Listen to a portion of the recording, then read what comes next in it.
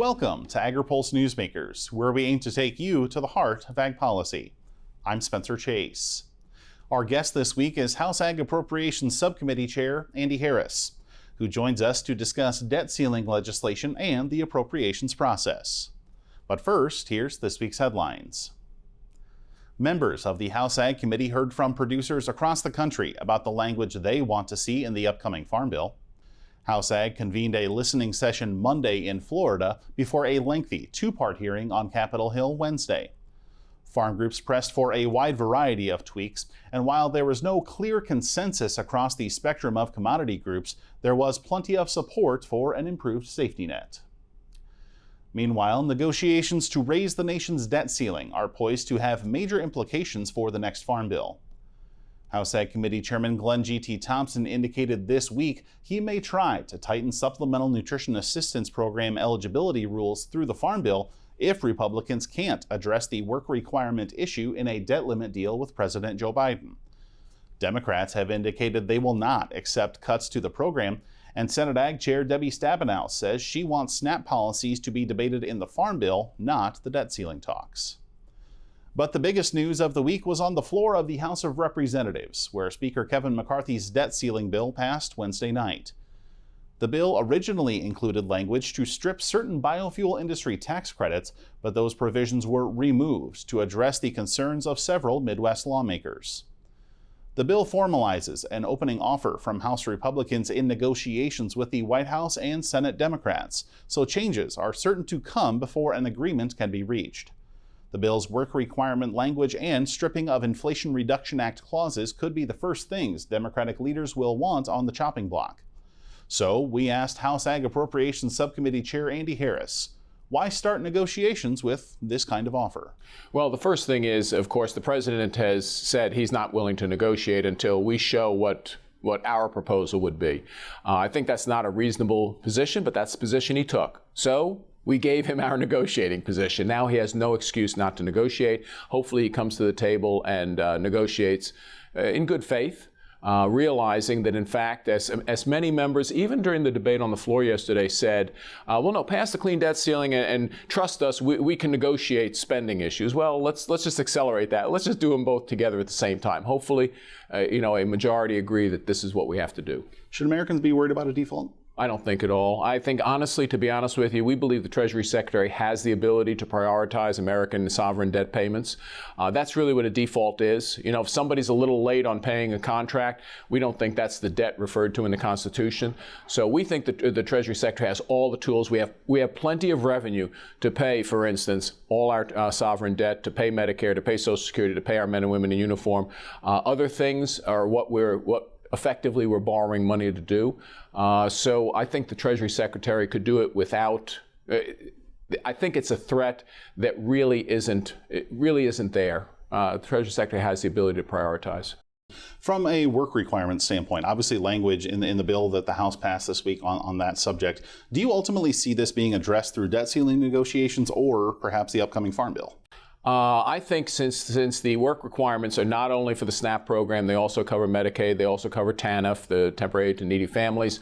I think the most appropriate place to do it is now in the debt ceiling. I think as a country, the vast majority of Americans agree. Look, we have a safety net. If, God forbid you need to be in it, you need to be in it. But if you're an able-bodied person without dependency, without a disability, you actually should be training for a job or looking for a job or being on a job.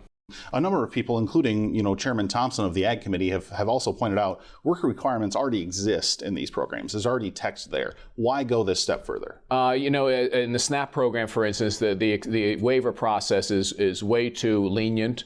Many states that really don't deserve a waiver for those work requirements have requested them and have been issued.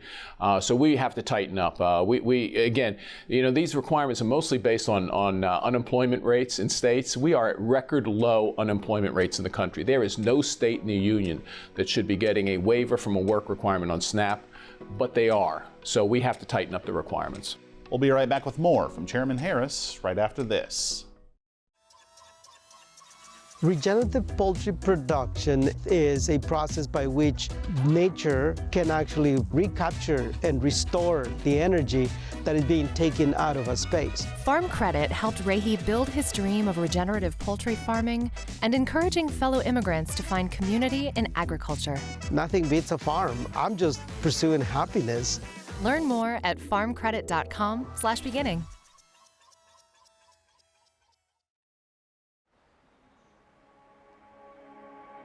Farmers are always there for each other. We shed tears together, we celebrate together, but we also grow together. Farm Bureau is the largest general farm organization in the country. We have the farmers' back. If you're a farmer and you're not a member, we would welcome you into our Farm Bureau family. And if you want to know more about agriculture, come be part of this great family. Welcome back. As the chairman of the House Agri-Appropriations Subcommittee, Maryland Republican Andy Harris has a good deal of influence over USDA's budget, and he wants to make sure the department can function at a high level. The top priority is really to preserve, since the USDA deals in a lot of places. These are Republican rural areas. Most rural areas in the United States, most agriculture areas are Republican areas. We're going to attempt to preserve as much funding as possible. We think there are sources of monies that we can tap into that would allow us to maintain the core functions of the U.S. Department of Agriculture, protect our farmers, to protect our ranchers, protect our meat and poultry producers. We think there's enough there, and that's my goal, is to make sure that the core functions of the USDA are there to preserve American producers. I want to go back to a hearing that the subcommittee had with Secretary Vilsack, and you had what I would generously describe as a very lively conversation with him over the Commodity Credit Corporation and the authorities within the Department of Agriculture. And you had mentioned the possibility of considering whether or not the appropriations process could be used to restrict CCC authority. What should we be watching for in terms of your approach there? My intention is to roll that back, to return the Commodity Credit Corporation to its core function. Core functions, I should say, which are, the crop insurance subsidies, make sure that if we have emergencies that we have the ability to pay our producers for losses they incur. In the case of poultry producers, for instance, avian flu, we're able to make our producers whole with that. That's the purpose of the Commodity Credit Corp, and that's what we have to return it to. So then these organizations that have signed on in this Partnerships for Climate Smart Commodities program, which is where so much of the CCC concern originates, should those organizations be concerned about receiving the funding that was announced as part of those contracts, if that authority is ultimately restricted? Well, look, if those funds are obligated, those funds are obligated already. If they're unobligated, yeah, they might be retracted, but I suspect a lot of those funds are obligated. If they're not, I would urge the Secretary to do what the Secretary should do, is come to Congress to authorize that program, to come to Congress and say, look, this is the program we need, this is the amount of money we think needs to be authorized to run that program. That's the appropriate way to do it, not misuse the Commodity Credit Corporation. That wasn't the purpose of it. And again, God forbid we get into big emergencies with regards to producer losses. That's what we should be using that for. I want to wrap up talking about the Farm Bill because we're seeing a number of folks look at the idea of potentially increasing that baseline, putting more money into the Farm Bill to fund things like increased commodity programs, ag research, trade promotion, things of that nature. You're an appropriator. Is that a realistic request, a bigger Farm Bill baseline? Look, the Farm Bill, again, the Farm Bill authorizes the programs. Every year, the Appropriations Committee meets every year. We have to look at the current fiscal environment in the country and make a decision about how much of that authorization we can afford to spend. So look, I think agriculture research is very important. I would urge the Farm Bill to include an increased authorization. That doesn't necessarily mean that fully authorized amount is going to be appropriated every year. It'll depend upon fiscal conditions. It'll depend upon, how the Secretary is using the funds. Again, this Secretary, I think, especially with Commodity Credit Corp, has misused authority, and we have to pull back some of that authority back into Congress where it belongs.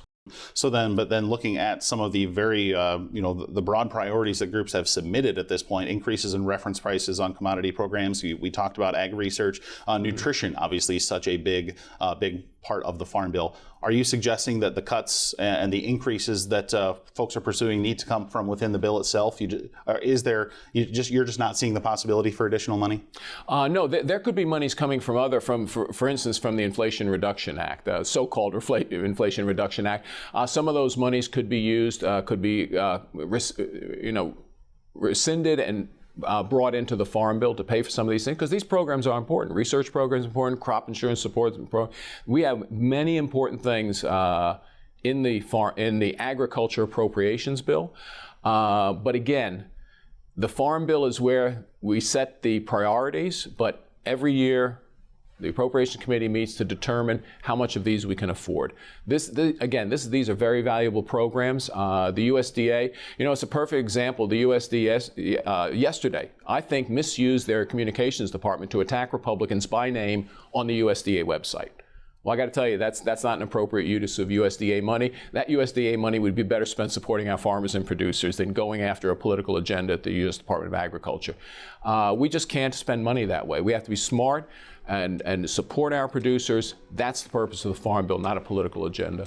Chairman Harris, thanks for joining us. Thank you. We'll be right back to hear from this week's panel, but first, our Andrew Huneke introduces you to a lawmaker sure to influence the next Farm Bill. Congresswoman Nikki Budzinski represents Illinois' 13th District. The freshman Democrat is among the new members of the House Ag and Veteran Affairs Committees. In the upcoming Farm Bill, Representative Budzinski says protecting crop insurance will be a priority for her and Illinois producers. I think we need to figure out ways to help save money for the family farmer. I think we need to provide some securities. That's why I'm very supportive of crop insurance, something that I think is really important to supporting family farmers who are dealing with a lot of unpredictability, whether it be mostly from the market, but also from changing climate. The most western part of my district now has flooding that's at historically high levels, almost on an annual basis now. So things like crop insurance are going to help family farmers provide a little bit more security. That's something I want to be an advocate for. Before being elected to Congress, Budzinski was the Chief of Staff to the Director of the Office of Management and Budget. You can watch her full Meet the Lawmaker interview on Agri-Pulse.com. For Agri-Pulse, I'm Andrew Huneke. Who's replacing petroleum and asphalt? You are. Who mapped the soybean genome for better varieties? You did. When you pool your resources through your soy checkoff, it all comes back to your bottom line. That's you as your soy checkoff. Did you know Agri-Pulse has all your favorite podcasts, including Open Mic, Newsmakers, and Drive Time? Take us wherever you go. Subscribe at agripulse.com or on Spotify, Google Play, or Apple Podcasts. It's not as simple as just to wake up one day and go, I want to be a conservation farmer. You're changing how your farming practice is done. You're changing your operation. Farm Credit supported John and Kelly Watley as they shifted to more sustainable farming, improving the environment where they farm and live. Learn more at farmcredit.com/climate. Welcome back to Agri-Pulse Newsmakers, where we are going to have a panel discussion discussing all things debt ceiling, appropriations, and Farm Bill. And we're joined by two experts on all of those subjects, joined by Roger Szemraj with OFW Law and Jim Richards with Cornerstone Government Affairs. Appreciate the both of you taking the time to join us. And Jim, I want to go to you first because obviously the big news this week was House Republicans and their efforts to move Speaker McCarthy's debt ceiling legislation, and saw some drama kind of unfold on that front on Tuesday in particular. Just broadly speaking, what do you make of the fact that the Republican conference, who had some trouble electing a speaker in the first place, was now able to coalesce around a bill like this? I'm not surprised, to be perfectly honest, and maybe that's part of my biased political bias and where I engage. But similar to the vote for Speaker, and full disclosure, I'm close with the Speaker and actively involved in efforts to help support him. The Speaker's vote was not necessarily surprising on the outcome to me. The same is true of the cap raise debate that we had yesterday and the outcome. Granted, it was a very narrow margin, 2 votes essentially. There were three absences on the Democrat side. There was a couple absences on the Republican side. But at the end of the day, the conference rallied around the fact that this is a step forward in the process. Well, and as this process continues to unfold, of course, negotiations are going to continue with the White House, with Senate Democrats. And so one would think the version that the House passed here is going to be watered down a little bit in some of its policy provisions. So how do you see this unfolding when that, perhaps watered down version does eventually come to the House floor? So many members said that they supported this bill and might have a hard time supporting something else. Yeah, again, as I just alluded to, it is a step in the process, and until we get to what that final product looks like, it's really hard to prejudge. Well, and Roger, bringing you into the fold now here, as we look at this debt ceiling debate, this is such a critical debate that will influence many things going forward from a policy standpoint. But I wonder, obviously, you spent quite a bit of time on Capitol Hill working on the appropriations process. I know the debt ceiling debate and the appropriations process are two separate things. But I do wonder, how do you expect this debt ceiling debate, the politics of it, as well as the final result that might ultimately be agreed upon between the Biden White House and House Republicans, how do you think that will influence the appropriations process and the continuing resolution or omnibus that will be considered here in September? Well, the reality is we're going to have budget allocations that are going back to the Appropriations Committee and in turn to each of the individual subcommittees. It's pretty clear that the allocations in the House are likely to be lower than they're going to be in the Senate. And in the end, it's going to be a question of how do the various subcommittees make choices with respect to which programs get funded and which don't. I know as we paid attention to the hearings in the House Ag Appropriations Subcommittee with Secretary Vilsack and Commissioner Califf, we heard a number of comments about the budget request not being viewed as realistic from the chairman's perspective, although he did say with respect to the Food and Drug Administration that he could understand why people would be looking for more money for FDA. There have been criticisms of some of the policy decisions with respect to the Commodity Credit Corporation and how that was used. So some of those policy decisions are going to be very important going ahead. We'll be right back with more from our panel right after this.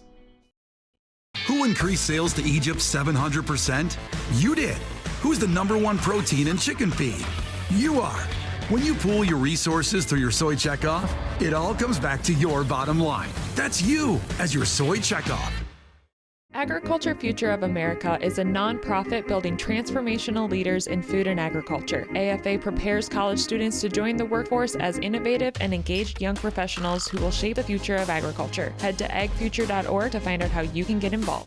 The Senate and House Ag Committees are busy working on the next Farm Bill, which will cover commodities, specialty crops, livestock, and more. This legislation will impact every farmer, rancher, and rural business for the next 5 years. Make sure you don't miss insights and analytics that only Agri-Pulse and its top-notch team of well-connected experts can provide. Register today for a free trial at agripulse.com and click the subscribe button, or email us at pam@agri-pulse.com. You don't want to miss this Farm Bill coverage.